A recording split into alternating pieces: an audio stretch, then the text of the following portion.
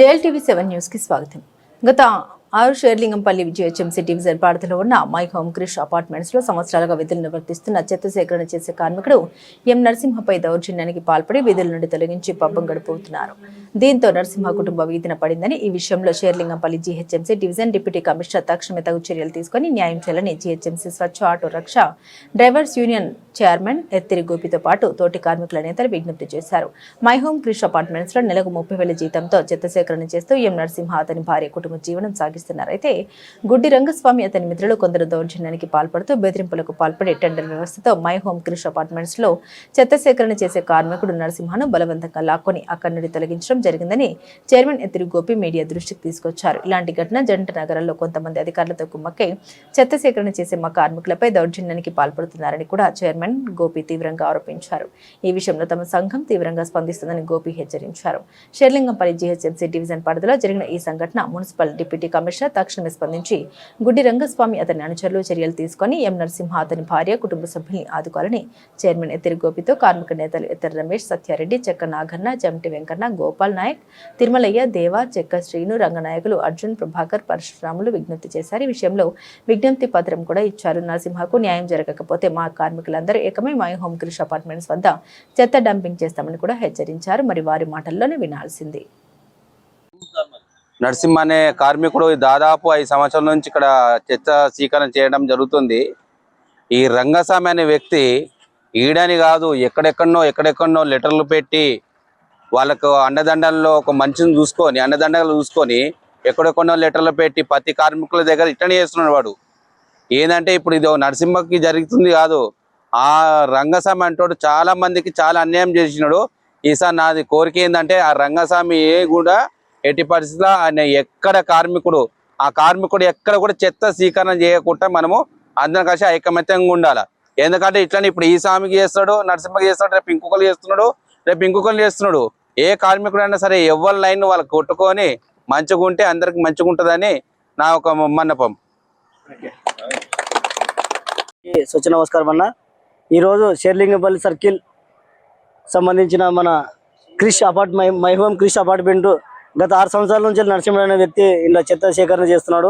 ఈ టెండర్ వ్యవస్థ వచ్చి మధ్యలోన అతనికి ఇచ్చే జీతంలోన 30,000 జీతంలోన సగం జీతానికే చేస్తామని చెప్పేసి టెండర్ సిస్టమ్ మాకు వచ్చిందని చెప్పేసి వేరే కొత్త కార్మికుని పెట్టడం జరిగిందట. వేరే కొత్త కార్మికుడు వస్తే గత 6 సంవత్సరాల నుంచి పనిచేసిన నరసింహుడు వాళ్ళ కుటుంబం రోడ్డును పడి చాలా ఇబ్బందులుగా గురవుతుంది. కాబట్టి ఇట్లా ఒకరు చేసే పనులకి ఒకరు రాకుండా కార్మికులు రావద్దండి, ఈ టెండర్ వ్యవస్థను మానుకోవాలా అనే విధంగా గ్రేటర్ హైదరాబాద్ ఉన్నటువంటి స్వచ్ఛాట కార్మికులు యూనియన్ సంఘాల నాయకులు అందరూ వచ్చి నరసింహ వ్యక్తికి పెద్ద ఎత్తున సపోర్ట్ చేస్తున్నారు.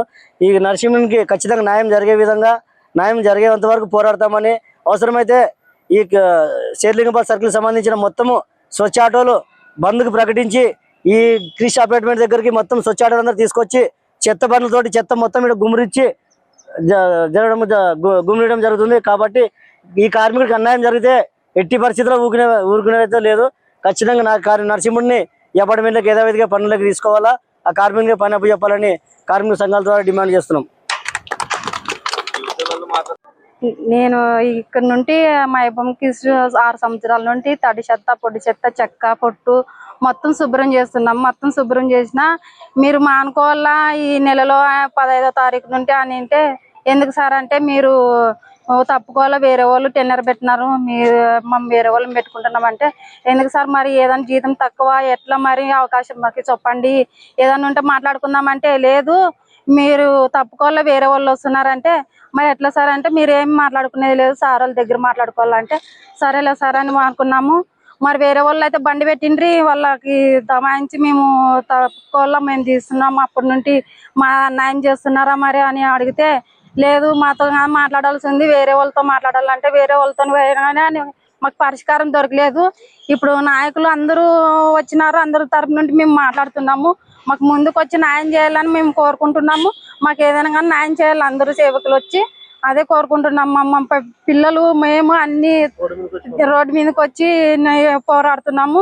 మాకు న్యాయం కావాలని మేము పోరాడుతున్నాం. మాకు న్యాయం చేయండి సార్, అంతే, మాకు ఏం లేదు.